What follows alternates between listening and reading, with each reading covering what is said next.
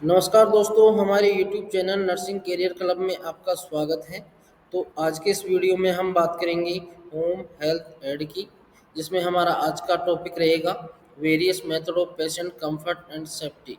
Video शुरू करने से पहले यदि आप हमारे चैनल पर नए हैं तो आप हमारे चैनल को सब्सक्राइब करें और बेल आइकन को प्रेस करें ताकि आप हमारे अगले वीडियो के लिए अपडेट रहें।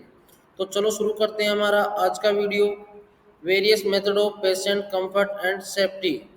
Ensuring patient comfort and safety is crucial in any healthcare setting to promote positive outcome and maintain patient satisfaction. तो इसका मतलब होता है कि हम जब भी किसी हेल्थ केयर सेक्टर में काम करें तो अपने को मरीज की अच्छे से केयर करनी है, उसको अच्छे से संतुष्ट करना है कि हम उसकी अच्छे से केयर कर सकें, उसकी निगरानी रख सकें, उसकी सिक्योरिटी कर सकें। ठीक है, तो हमारा अगला टॉपिक है क्लियर कम्युनिकेशन। इसमें हम बात करते हैं क्लियर कम्युनिकेशन का मतलब होता है कि जब भी हम मरीज और उसके रिलेटिव से बात करें तो हमारे को क्लियर कम्युनिकेशन करना है, क्लियर बातचीत करनी है, कोई भी बात छुपानी नहीं है। मरीज की जो भी कंडीशन है वो हमें उनको बताना है।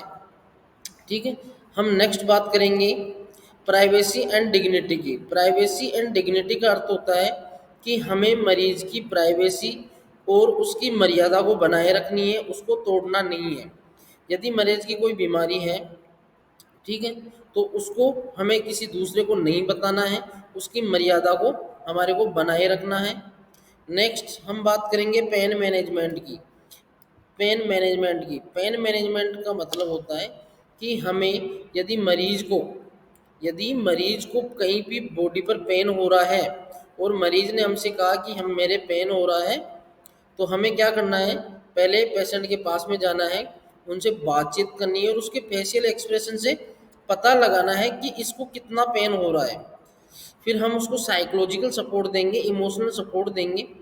अगर उससे मरीज ठीक होता है तो हो जाता है तो ठीक है, नहीं हम डॉक्टर या नर्स को बोलेंगे कि इस मरीज के पेन हो रहा है, तो वो हमें मेडिसिन बताएगा, वो मेडिसिन हमें मरीज को देनी है।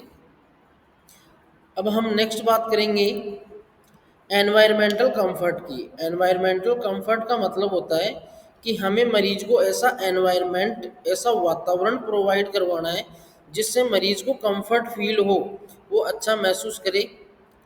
ठीक है, हम नेक्स्ट बात करेंगे पोजिशनिंग। पोजिशनिंग का मतलब होता है कि हमें मरीज को time to time position change करवानी है। यदि हम पोजीशन चेंज नहीं करवाएंगे और मरीज लंबे समय तक एक ही पोजीशन में बैठा रहेगा या सोता रहेगा तो मरीज के बॉडी पे घाव पड़ जाएंगे, काले निशान पड़ जाएंगे। ठीक है, ये हो जाएगा। तो इसलिए हमें 1 से 1.5 घंटे के भीतर या 1 से 1.5 घंटे के अंदर हमें मरीज को पोजीशन चेंज करवाती रहनी चाहिए। अब हम नेक्स्ट बात करेंगे न्यूट्रिशन। न्यूट्रिशन एंड हाइड्रेशन का मतलब होता है कि हमें देखना है कि मरीज को प्रॉपर पोषण मिल रहा है या नहीं मिल रहा है, उसकी बॉडी हाइड्रेट रहनी चाहिए, इसलिए हमें उसको बार बार पानी पिलाना है। नेक्स्ट बात करेंगे मोबिलिटी असिस्टेंस की। मोबिलिटी असिस्टेंट का मतलब होता है कि हमें मरीज को एक जगह से दूसरी जगह पर ले जाने में हेल्प करनी है, उसकी डेली एक्टिविटीज़ में हेल्प करनी है। जैसा कि पिक्चर में दिखाया गया है कि एक केयर टेकर है, वो मरीज को व्हीलचेयर पे बैठा के दूसरी जगह लेके जा रहा है। नेक्स्ट बात करेंगे हम assistance with activities of daily living. इसका मतलब होता है कि पेशेंट की जो डेली लिविंग एक्टिविटीज़ होती है उसमें अपने को हेल्प करनी है। एग्जाम्पल के लिए पिक्चर में दिखाया गया है ईटिंग, खाना खाने में, उसको नहलाने में, उसको कपड़े पहनाने में, उसको एक जगह से दूसरी जगह ट्रांसफ़र करने में, टॉयलेट ले जाने में, वॉकिंग और एक इधर उधर घूमने में हमें मरीज़ की मदद करनी है। नेक्स्ट बात करेंगे हम इमोशनल सपोर्ट। इमोशनल सपोर्ट का अर्थ होता है कि हमें मरीज को इमोशनल सपोर्ट देना है, साइकोलॉजिकल सपोर्ट देना है। उसकी बीमारी को लेके उसको हम कहेंगे कि आप चिंता मत करो, आप जल्दी ही ठीक हो जाओगे। देखो पिक्चर में दिखाया गया है कि कैसे एक हेल्थ केयर उस मरीज को साइकोलॉजिकल सपोर्ट दे रहा है। वो कह रहा होगा कि आप चिंता मत करो, आप जल्दी ही ठीक हो जाओगे। ठीक है। हम नेक्स्ट बात करेंगे इन्फेक्शन कंट्रोल की। इन्फेक्शन कंट्रोल में हम मरीज को और अपने आप को, अपने खुद को इन्फेक्शन से बचाएंगे। इसके लिए हम बार बार हैंड वॉशिंग करेंगे।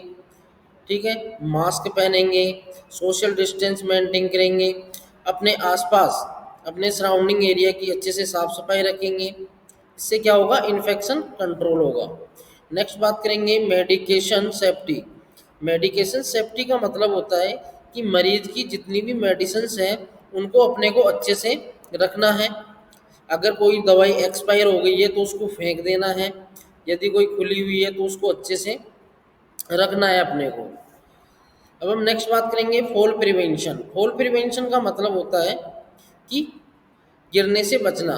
यदि मरीज बेड पे है और हमें कोई काम आ गया, हम कहीं जा रहे हैं काम से, तो साइड बेल्ट ऊपर करके जाना है। यदि मरीज व्हील चेयर पे है तो सपोर्टिव बेल्ट आता है, उसको बांध के जाना है, ताकि मरीज अपनी गैर हाजिरी में बेड से या व्हील चेयर से गिरे नहीं। नेक्स्ट बात करेंगे monitoring and surveillance. Monitoring and surveillance का मतलब होता है कि हमें मरीज पर निगरानी रखनी है, उसके वाइटल्स वगैरह को बार बार चेक करना है, उनको ऑब्जर्व करते रहना है, पेशेंट को ऑब्जर्व करना है कि मरीज की हेल्थ में इम्प्रूवमेंट हो रहा है या नहीं हो रहा है।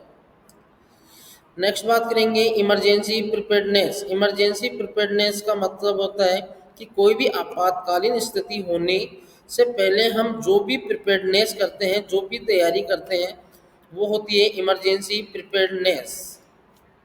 ठीक है। अब नेक्स्ट बात करेंगे कल्चरल सेंसिटिविटीज़। कल्चरल सेंसिटिविटी का मतलब होता है कि हमें मरीज को सांस्कृतिक चीज़ें बतानी है, उसको सिखानी है, उसके साथ एक कल्चरल क्रिएटिविटी करनी है, ताकि उसकी जो बीमारी है उससे मरीज का थोड़ा ध्यान हटे और वो थोड़ा रिलैक्स रिलैक्स फील करे। हमारा नेक्स्ट टॉपिक है प्रोफेशनल एटिकेट्स, कि कोई भी पेशेवर, कोई भी प्रोफेशनल है उसमें क्या क्या एटिकेट्स होने चाहिए, क्या क्या मैनर्स होने चाहिए। तो इसमें पहला है एस्टाब्लिशिंग ट्रस्ट एंड सपोर्ट। हमें मरीज का विश्वास जीतना है, मरीज को विश्वास दिलाना है कि हम उसके फैमिली मेम्बर जैसे हैं और हम उनकी सेवा कर रहे हैं और उनको सपोर्ट करना है। नेक्स्ट बात करते हैं ensuring patient dignity and respect. हमें मरीज को रेस्पेक्ट देना है। वो कहते हैं कि गिव रेस्पेक्ट टेक रेस्पेक्ट। यदि हम किसी को रेस्पेक्ट देंगे तो ही अपने को रेस्पेक्ट मिलेगी। तो मरीज और उसके घर वालों से हमें अच्छे से बात करनी है, एक रेस्पेक्ट के साथ बात करनी है। नेक्स्ट बात करते हैं हम प्रमोटिंग पेशेंट सेफ्टी।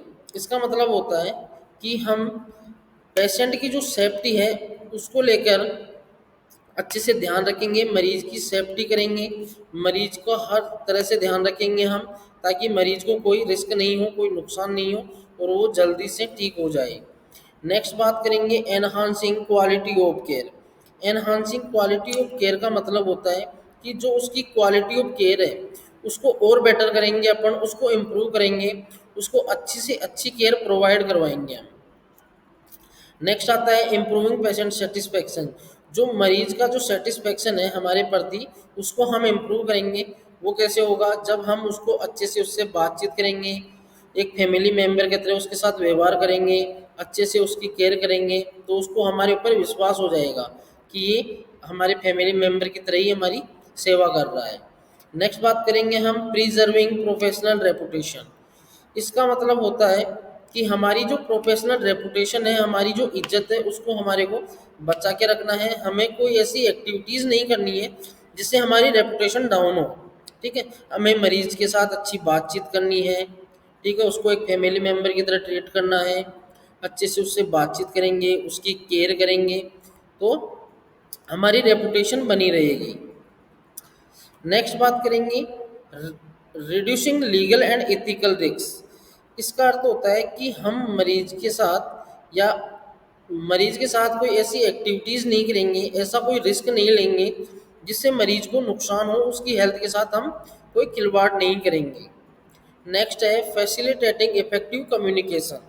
इसका मतलब होता है कि हम मरीज और उसके रिलेटिव से एक इफेक्टिव कम्युनिकेशन करेंगे, ताकि यदि हम उनको कोई चीज़ समझाना चाह रहे हैं तो वो इजीली समझ जाए और अच्छे से जल्दी उनके समझ में आ जाए।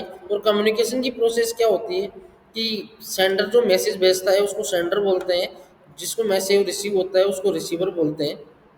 ठीक है, सेंडर ने मैसेज सेंड किया, रिसीवर को मैसेज मिल गया, अब उसने उस मैसेज को रीड किया, समझा, और उसने वापस सेंडर को क्या देगा, फीडबैक देगा।